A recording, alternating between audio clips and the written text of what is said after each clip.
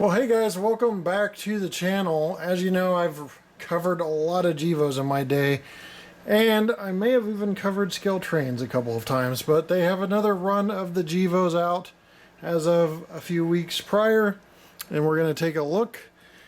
They not only announced and released 4 Norfolk Southern Heritage units, including the Pennsylvania, the Norfolk Southern, the Southern, and the Interstate, but they also released a whole bunch of GEVOs.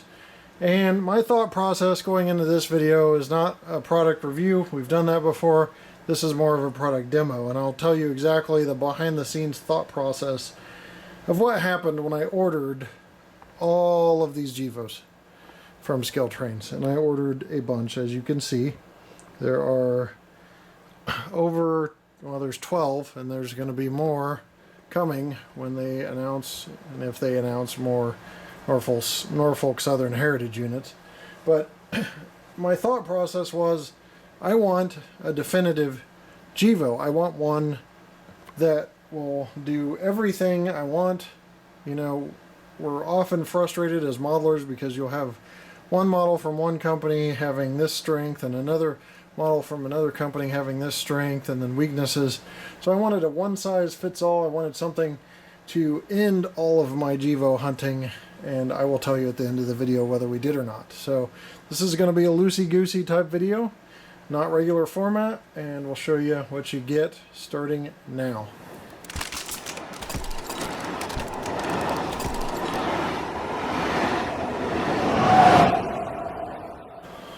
Alright, so we're going to take a look at the NS, or the UP first, and then we'll go on to the other NS Heritage units and even Citirail. But they've got nice window tinting, I noticed that. The yellow seems to be improved, and from previous runs, maybe they've had it this way for a while. I know the Dash 9s have been good, but I like the yellow. You know, there's all this debate over yellow. I have been a part of that before. Some people say it is too neon, you know, all these different things. I'm colorblind, so I really shouldn't be chiming in on color at all, specifically reds and greens, and if there's green in that yellow, it can throw me off completely. But this looks good to me in terms of color, and that goes for the gray as well. You've got the PTC antenna array, number boards that are lit with LEDs, headlight LED, ditch light LED. There's the brake line hose, accessory hoses, snow plow with the window for said hoses, ScaleTrains coupler. There's an MU hose connected here. Looks like the little W there. Below the anti-climber itself, stanchions and handrails, little brake chain, or not brake chain, stanchion chain here, safety chain that's plastic molded in. And as we move along the side, beautiful, just nailed the tent in my opinion on this. You can still see through if somebody wants to get crazy and add cab figures, but it's got that nice tent, and I think it's taken you know, a lot of playing with tent, people doing different things to get it right, but I think ScaleTrains nailed this. Reminds me of the Tower 55 tent years ago that had it nailed as well. So dynamic brake fan area. These are the later model GEVOs. The earlier model ones have 2 fan grills right next to each other. These are the ones apart, so these are later model ones. And E-bell on the front of the fuel tank with the sight glass, emergency shut off. UP flag looks good as well. I've seen good ones and bad ones from different companies over the years. Now, one thing that stuck out to me like a sore thumb is this white truck chain here. I'm like, why is that white? Did they forget to paint it? But I looked it up, and somebody provided a prototype photo, and sure enough, it's actually white. I don't know if it's just easy to identify and access that way or what, but it's white on the real thing, so that works for me. Jacking pad right above that. As you can see, there's some separation on that. It's a little more evident on the white than the grays and such. But it's there so you can facilitate the removal of the shell. And speaking of removing the shell just comes clean off. There's some contacts that power the lighting, and the shell just, when you pull out the couplers and a couple other things, pops right off. No problem. So there's the other side. Beautiful radiator fan grill area as well.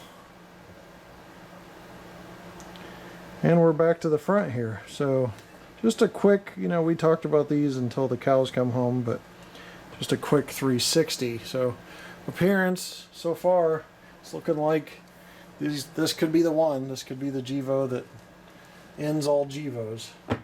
Let's take a look at some of the heritage units.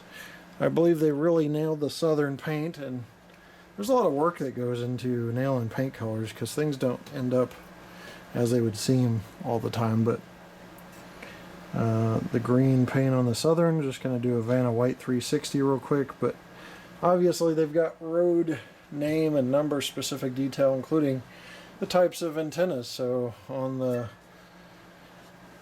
heritage units, when they updated the antennas, they have these. You can see, I think, the anti-skid and then the antenna detail as well. But southern looks great. Pennsylvania is another one. These things weigh a ton too.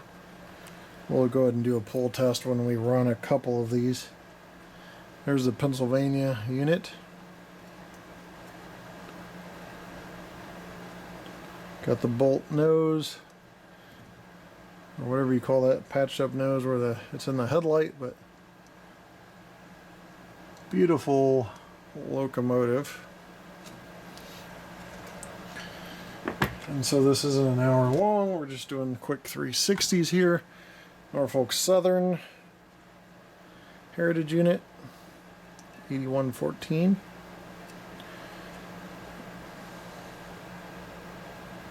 And you'll notice there's ditch lights on the rear.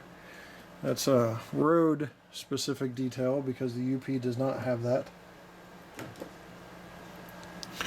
Interstate looks great as well. You see with the truck's all silver and the chain silver, it's really hard to tell there's even a separation there, but that facilitates the shell removal. Alright. Vanna White action there for all those, and there's even more. Just it's ridiculous the amount I ordered here, but there's the NS.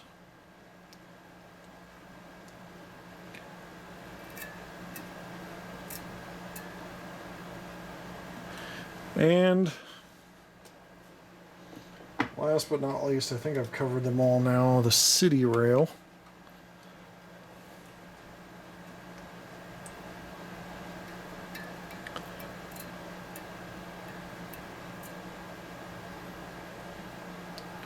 Really nice metallic look to the paint on that. So that's all the Gevos. Now let's continue our quest to see if this is going to be the definitive, the Gevo to end all Gevos. These things are just so weighty, I've got to see. 1 pound, 7.4 ounces. So these are pushing, pound and a half plus. So pretty impressive. About pound and a half, I should say, on the weight. Okay, so for ESU locomotives, track can be powered on and everything, but you're not going to go anywhere with sound unless you hit F8. So let's do that now. Listen to the startup sounds of this.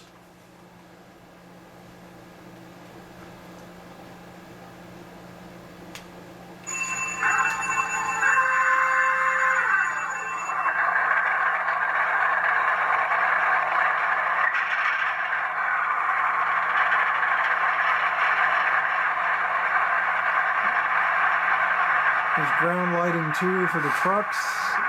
You can see that shining through.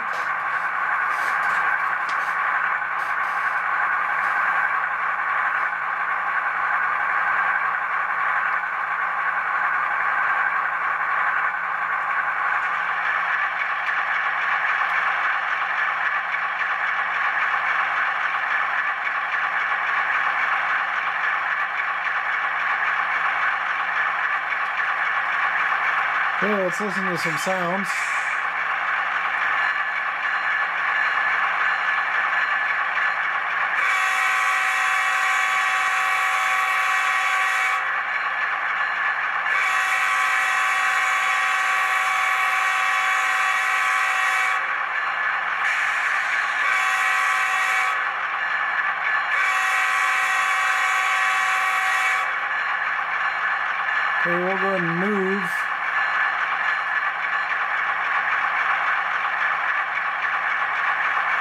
2 speed steps.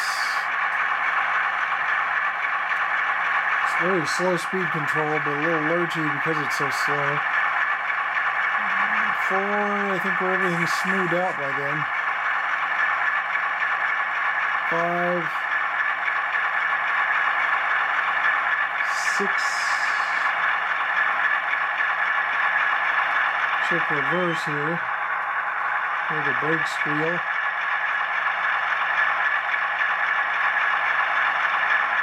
There's 2, 3, 4. Looks like it's smoothed out by 4 again. And I don't really fault slow speed control that's lurchy because this is so slow. I'll give you an example. We're at speed step 4 now, and I bet you this is barely 1 scale mile an hour, if that, on our AccuTrack. So I'll go to speed step 4 and see. Might be like 1.2 or 1.3 at speed step 4. Which means you're dealing with a fraction of a mile per hour when you go so low. It's just hard to get that motor control perfect at those really slow speeds. And with CVs, you can adjust all that as well.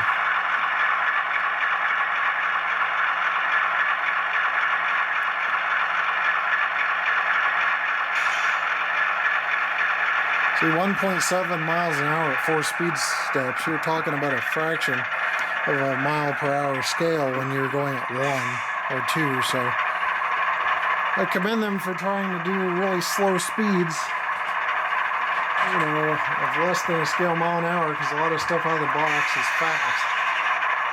Alright, so that is forward and reverse.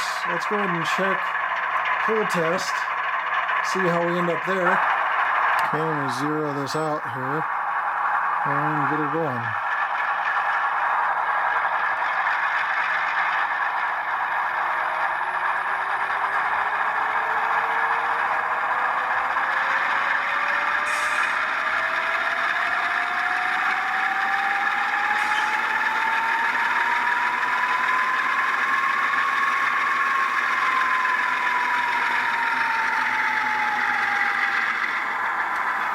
Okay, almost 3, which would be 45 cars, but it seems like the pull would be more than that, so I don't know how accurate that is. But regardless, with 2, you're pulling a prototypical consist, so be that as it may, it's still better pull test than the other GEVOs I've tested for the most part. So that's going to wrap up our quick look at the ES44AC. We've covered it so many times. I'm not going to run them all. I'm busy on my schedule with my day job, but did it accomplish what I wanted it to? Yeah, this is the definitive GEVO. This is the one that's going to really be able to cover all my bases for the late phase GEVO. Keep in mind, ScaleTrains hasn't made the early GEVOs where those